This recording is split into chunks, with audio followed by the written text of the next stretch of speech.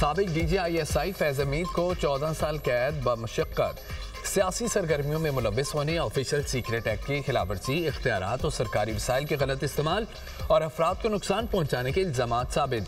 ISPR के मुताबिक तवील कानूनी कार्रवाई के दौरान तमाम शवाहिद और गवाहियों के बाद मुलजिम को तमाम इल्ज़ामात में कसूरवार करार दिया गया। पाकिस्तान आर्मी एक्ट के तहत फैज़ हमीद के खिलाफ फील्ड जनरल कोर्ट मार्शल की कार्रवाई का अमल 15 माह तक जारी रहा। 12 अगस्त 2024 को शुरू होने वाली कार्रवाई में फैज़ हमीद पर 4 संगीन इल्ज़ामात की समाअत की गई। फैज़ हमीद को तमाम कानूनी हकूक और अपनी पसंद की दफाई टीम फराहम की गई। फैसले के खिलाफ मुतल्लिका फोरम पर अपील का हक हासिल है। सियासी अनासर के साथ मुबैना सियासी इश्ताल अंगेजी और अदम इस्तेहकाम के मामलात अलग से निपटाए जा रहे हैं।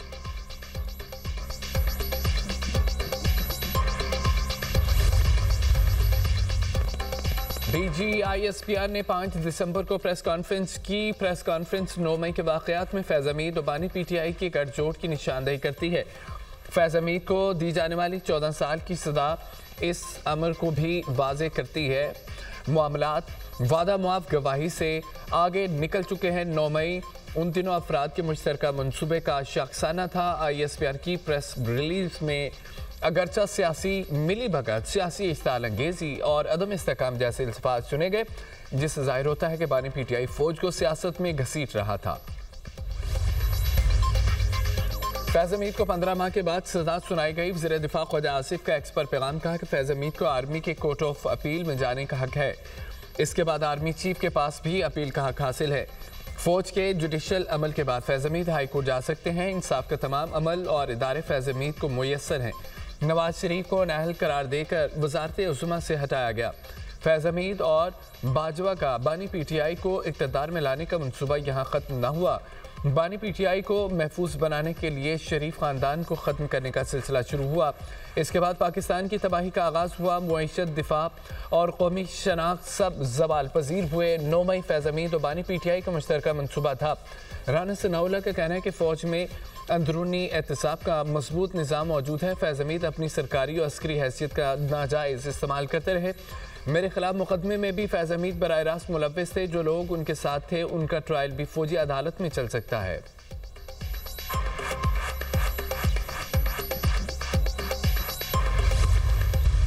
तमाम तर शवाहिद, तमाम तर सबूत और तमाम तर जो गवाहों के बयान कलमबंद किए गए, उससे ये साबित हुआ कि फैज़ हमीद इन्वॉल्व थे। ना सिर्फ पॉलिटिकल इन्वॉल्वमेंट थी उनकी, PTI के सियासी मुशीर थे, इंतशार फैलाने में, एजिटेशन करने में, स्टेट के खिलाफ इकदाम करने में उनका भरपूर किरदार है। तो बतौर सियासी एडवाइजर टू PTI उन्होंने ये तमाम इकदाम किए। शफाफ ट्रायल के बाद और एक लीगल प्रोसेस को फॉलो करने के बाद आज इंसाफ हुआ है। फैज़ हमीद का सियासत में अमल दखल साबित, तमाम इल्ज़ामात के मुर्तकब करार, कानून से कोई बालातर नहीं। सजा शफाफ ट्रायल के बाद हुई।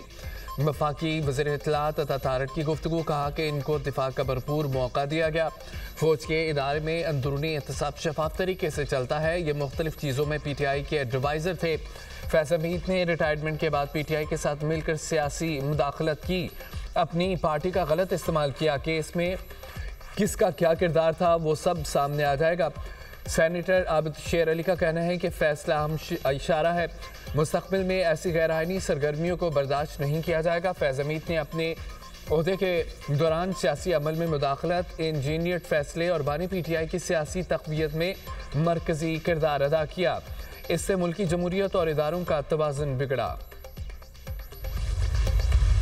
ये एक तारीख़ी फ़ैसला ज़रूर है और जनरल फैज़ साहब को 14 साल सज़ा आज मिला है। मेरे सियासी ज़िंदगी में दो ऐसे लोग थे जो मैंने ख़ुद अपने आंखों से देखा है, जो अपने वक्त के फ़िरौन थे। एक तो खान साहब ख़ुद है, उसके साथ साथ एक ये जनरल फैज़ साहब, वो ताकत का नशा में पता नहीं क्या क्या धमकियाँ देता था। फैज हमीद को सदा तारीखी फैसला करार। Chairman Peoples Party Bilawal Bhutto ने कहा है कि फैसला वाज़े पैगाम है, आइंदा ऐसी गलतियां न की जाएं, फैसला मुस्तकबिल का तयन करेगा। फैज हमीद के खिलाफ मज़ीद तहकीकात और ट्रायल अभी बाकी है। बानी पीटीआई और फैज हमीद अपने दौर के फ़िरौन थे। फैज हमीद ताकत के नशे में हल्फ की खिलाफ वर्जी करते रहे। बानी पीटीआई ने सियासत में गलत रवायात डाली। बानी पीटीआई के दौर में मुखालफिन को निशाना बनाया गया। बानी पीटीआई ताकत के नशे में धमकियां देते थे, मकाफाते अमल से गुजर रहे हैं। बानी पीटीआई को इसी ज़िंदगी में अपने जराइम का जवाब देना पड़ा है। पीटीआई दौर में मरियम नवाज और फरियाल तालपुर को जेल भेजा गया। बानी पीटीआई ने नफरत और इंतशार की सियासत को परवान चढ़ाया। पीटीआई खुद ऐसे हालात पैदा कर रही है कि वफाक सख्त इकदाम ले। खैबर पख्तूनख्वा में गवर्नर राज का ऑप्शन मौजूद है। गवर्नर राज से मुतालिक बाकायदा बातचीत नहीं हुई।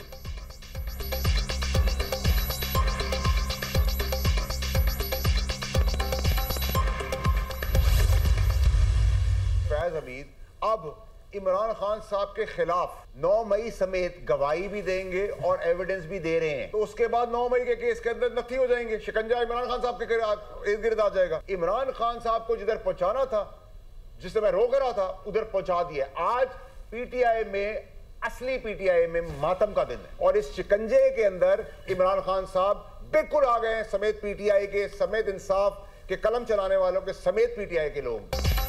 फैज हमीद बानी पीटीआई के खिलाफ वादा मुआफ गवाह बनेंगे। सैनेटर फैसल बावड़ा का दावा। प्रोग्राम दुनिया मेहर बुखारी के साथ में गुफ्तगू करते हुए कहा, बानी पीटीआई के खिलाफ फौजी अदालतों में मुकदमा चलना खारिज इम्कान नहीं है। फैज हमीद 9 मई के खिलाफ गवाही और सबूत देंगे और ये मुकदमा अब बानी पीटीआई की तरफ जाएगा। शवाहिद आ गए तो बानी ही पीटीआई के खिलाफ फौजी अदालतों में मुकदमा चल सकता है।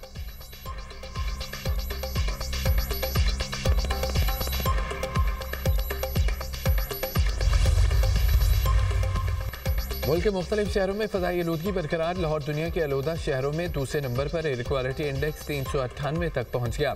फैसलाबाद में AQI 542, गुजरामाला 398, रावलपिंडी 352, पेशावर में 325 रिकॉर्ड किया गया। खैबर पख्तूनख्वा, सिंध, पंजाब के मुख्तलिफ शहरों में धुंध की शिद्दत में इजाफा। मोटरवे M1 पेशावर से रुशकी तक बंद। मोटरवे M2 पर लाहौर से हिरन मीनार तक ट्रैफिक का दाखिला बंद। मोटरवे M4 शेरशाह इंटरचेंज से शाहकोट इंटरचेंज तक बंद है। मोटरवे M5 पर मुल्तान से जायरपीर तक ट्रैफिक का दाखिला ममनू है।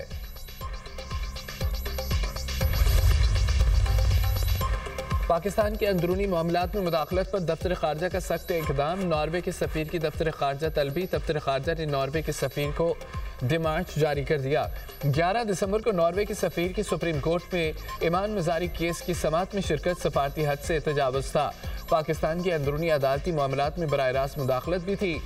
इक़दाम वियना कन्वेंशन 1961 के आर्टिकल 41 की खुली खिलाफवर्जी है। किसी भी मुल्क का सफ़ीर हसास और ज़ेर समाअत मुकदमे में मौजूद होकर अदालती अमल को मुतासिर करने या इस पर असरअंदाज होने का तासुर दे तो ये सफारती जिम्मेदारियों और बैनुल अक़वामी क़वानीन की संगीन खिलाफवर्जी तस्वर होती है। दफ्तर खारजा ने वाज़ेह किया है, पाकिस्तान अपने अंदरूनी मामलात में किसी भी किस्म की मुदाखलत बर्दाश्त नहीं करेगा। ये डिमार्च इस बात के सबूत है कि पाकिस्तान एक खुद मुख्तार रियासत है और आलमी सफारती उसूलों के मुताबिक अपनी खुद मुख्तारी का तहफ़्फ़ुज़ करना बखूबी जानता है। लंदन हाईकोर्ट ने आदिल लाजा को झूठा करार दे दिया। 50,000 पाउंड पर हरजाना और भारी कानूनी अखराजात अदा करने का हुक्म। ब्रिगेडियर रिटायर्ड आचर नसीर के हक में फैसला जारी। आदिल लाजा 2,60,000 पाउंड बतौर अबूरी अखराजात फौरी अदा करे। तमाम अदायगियाँ 22 दिसंबर 2025 तक करना लाजमी होगी। हुक्म न मानने पर तौहीन अदालत, जुर्माना और जेल होगी। आदिल लाजा 28 दिन तक फैसले का खुलासा तमाम प्लेटफॉर्म्स पर नुमाया जगह पर लगाने का पाबंद। फैसले के मुताबिक जून 2022 के तमाम इल्ज़ामात बेबुनियाद है, बिला सबूत और झूठ पर मबनी थे। पंजाब इलेक्शन, मुबैना मुलाकातों और रजीम चेंज से मुतालिक तमाम बयानिए झूठे थे। आदिल लाजा के इल्ज़ामात का मकसद किरदार कशी था।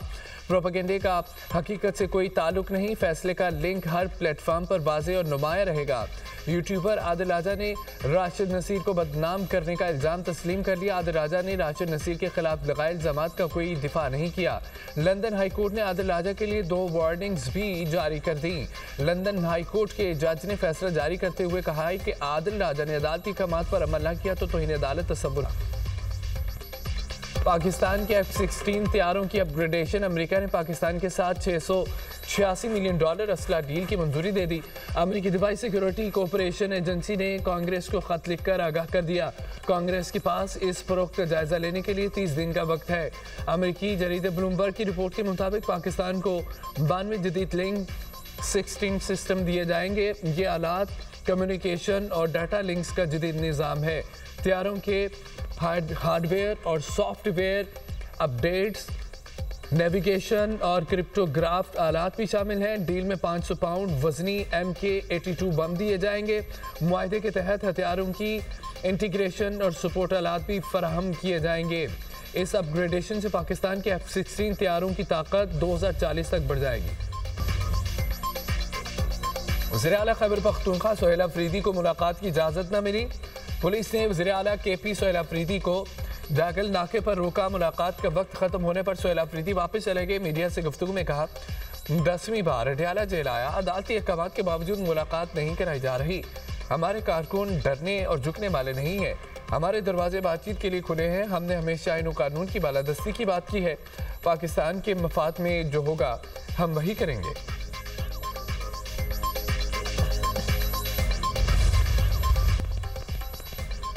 सुखेकी में अफसोसनाक ट्रैफिक हादसा। बारात की गाड़ी बस से टकरा गई। 2 अफराद जाम बहक 8 जख्मी हो गए। रेस्क्यू एहलकारों ने जाम बहक अफराद की लाशें और जख्मियों का अस्पताल मुंतकिल कर दिया। बारात नौशहरा फिरोज से सुखेकी आ रही थी।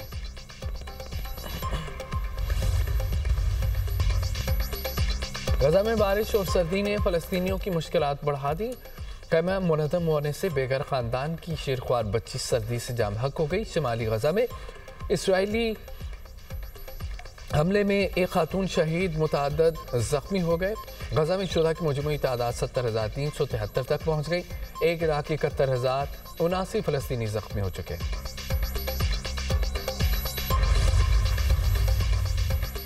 हमास ने एमनेस्टी इंटरनेशनल की 7 अक्टूबर 2023 के हमले से मुतालिक रिपोर्ट मुस्तरद कर दी।